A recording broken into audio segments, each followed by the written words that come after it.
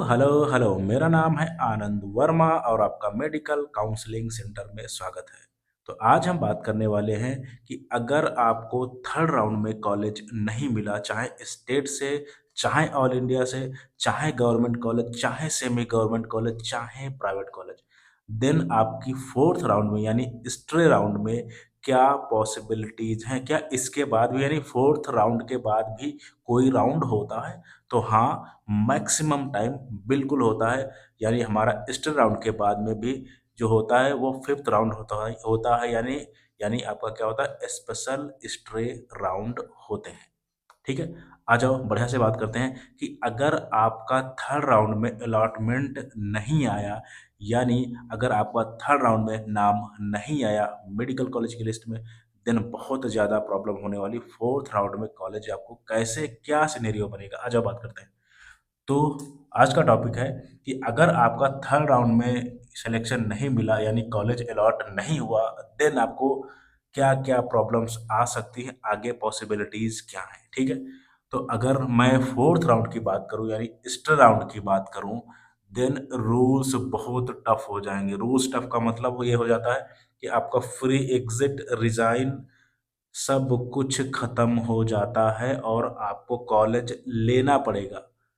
और नहीं तो आप नेक्स्ट ईयर नीट से बैन हो जाओगे और फीस तो जाएगी ही जाएगी। अभी क्या है, अभी अभी ज़्यादातर स्टेट में ये है कि थर्ड राउंड में आपका होता क्या है, आपकी फीस ही केवल फॉरफिट हो जाती है। आप दोबारा फीस भरें, फिर स्टेट राउंड में पार्टिसिपेट कर सकते हैं। लेकिन फोर्थ राउंड में ऐसा नहीं होगा। अगर आपने कॉलेज छोड़ा या कुछ भी गड़बड़ किया, स्पेशली अगर कॉलेज अलॉट हुआ, एडमिशन की बात नहीं, कॉलेज अलॉट हुआ और आपने कॉलेज छोड़ा, आपकी फीस गई और नेक्स्ट ईयर नीट भी गया। हर स्टेट की साइट पे आपको लिस्ट मिल जाएगी जो कि 2026 काउंसलिंग के लिए एलिजिबल नहीं होंगे। आपके नंबर चाहे 720 ही क्यों ना हो, ठीक है? इस चीज़ का आपको ध्यान रखना है। और अगर गवर्नमेंट कॉलेज की पॉसिबिलिटीज़ की बात करें हम यानी फोर्थ राउंड में, तो अगर मैं सबसे पहले बात करता हूँ एससी एसटी के कैटेगरी के दोस्तों से, तो इनकी पॉसिबिलिटीज ऑल इंडिया कोटा से या स्टेट कोटा से हमेशा बनी रहती हैं। क्यों? क्योंकि इनमें फ्लक्चुएशंस होती हैं। प्रीवियस ईयर्स में देखा गया है 10,000, 20,000, 50,000, 1 लाख, 2 लाख, 4 लाख रैंक तक पीछे होती हैं। तो इनकी पॉसिबिलिटीज रहेंगी आगे आने वाले राउंड में यानी हमारा स्टे राउंड में, ठीक है? और इसके बाद भी जो स्पेशल स्टे होगा उसमें भी या ऑल इंडिया से या स्टेट कोटा से। लेकिन अगर हम बात करें जनरल कैटेगरी, ईडब्ल्यूएस और ओबीसी की, जो कि गवर्नमेंट कॉलेज चाह रहे हैं, इनकी अगर हम बात करें तो इनकी ऑल इंडिया कोटा हो चाहे स्टेट कोटा हो, दोनों से पॉसिबिलिटीज आने वाले राउंड में खत्म है, बिल्कुल खत्म है। अगर यहाँ मैं परसेंटेज की बात करूँ कि आपको कितने परसेंटेज चांस मिल सकता है यानी कॉलेज मिल सकता है जनरल, ईडब्ल्यूएस और ओबीसी के लिए, तो केवल 1%, क्योंकि सीट ही आपकी नहीं आने वाली। गवर्नमेंट सीट का जो सिनेरियो होता है जनरल, ईडब्ल्यूएस और ओबीसी के लिए, मैक्सिमम टाइम डिपेंड करता है कितने बच्चे यानी कितने ज़्यादा मेडिकल कॉलेज हैं उस स्टेट में। अगर आपका स्टेट बहुत छोटा है, जैसे उत्तराखंड हो गया, आपका जो है छत्तीसगढ़ हो गया, और जैसे आपका जो है आपका हिमाचल प्रदेश हो गया, आपका झारखंड हो गया, यहाँ पे कॉलेज बहुत कम है, तो इनका सेकेंड राउंड में ही इनकी सीट ऑलमोस्ट खत्म हो जाती है। ठीक है? तो डिपेंड करता है आपका स्टेट में कितने कॉलेज हैं। लेकिन अगर आप फोर्थ राउंड में जाओगे, आपके गवर्नमेंट कॉलेज की पॉसिबिलिटीज ऑलमोस्ट नील है। ठीक है, याद रखना। और एससी एसटी के लिए ऑलवेज अवेलेबल रहती हैं, ठीक है, क्योंकि बच्चा बहुत कम होता है। और बात करते हैं प्लान बी।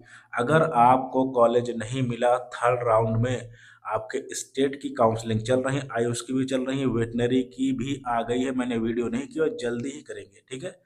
आपको प्लान बी पे काम करना है, बिल्कुल प्लान बी को होल्ड करो, तब एमबीबीएस की काउंसलिंग कराओ। अदरवाइज आपको प्लान बी भी नहीं मिलने वाले यानी आयुष कॉलेज भी नहीं मिलने वाले। आयुष का मतलब बीएमएस बीएचएमएस आपका हो गया, ठीक है। बीयूएमएस होता है, वेटनरी ले लो, बीडीएस ले लो, कुछ ना कुछ करके एक कोर्स होल्ड करके तब काउंसलिंग कराना।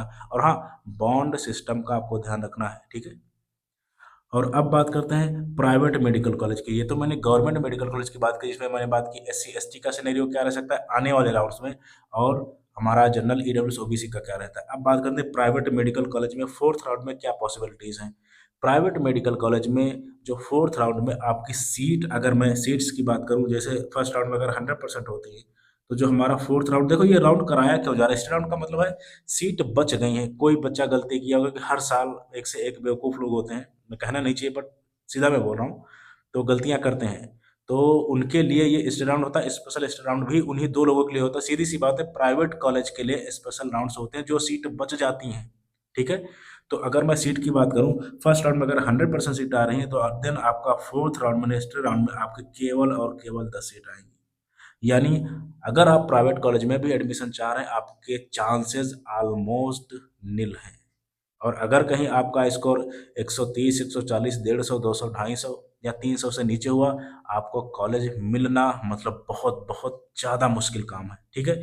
इसी वजह से जो कुछ भी करना है, जितने भी एक्सपेरिमेंट करने हैं आप कर चुके, थर्ड राउंड में कॉलेज अलॉट कराओ। एक्सपेरिमेंट मत करना, चीज़ें आपको नहीं आती तो बिल्कुल भी नहीं करना, नहीं तो साल आपका बर्बाद होने से कोई नहीं रोक सकता, ठीक है। और अब बात करते हैं, अगर आपको हमसे पेड काउंसलिंग चाहिए, स्पेशल ऑफर है केवल और केवल थर्ड राउंड में। आगे स्टे राउंड में आपका कोई ऑफिस जो है ऑफर नहीं होने वाला। आ जाओ बात करते हैं।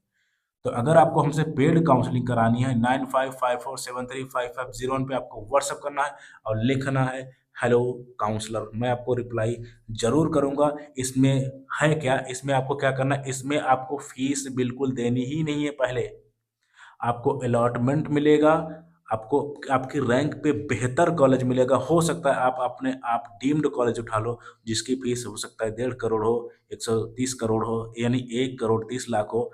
और वही चीज़ हो सकता है मैं आपको 80 लाख में, 90 लाख में, किसी न किसी स्टेट में, 4 5 6 स्टेट, जहां ऑल इंडिया में ढूंढ के आपको अलॉट कराऊंगा कॉलेज। और उस कॉलेज से बेहतर आपको कॉलेज नहीं मिलेगा उस रैंक पे, उस नंबर पे, ठीक है।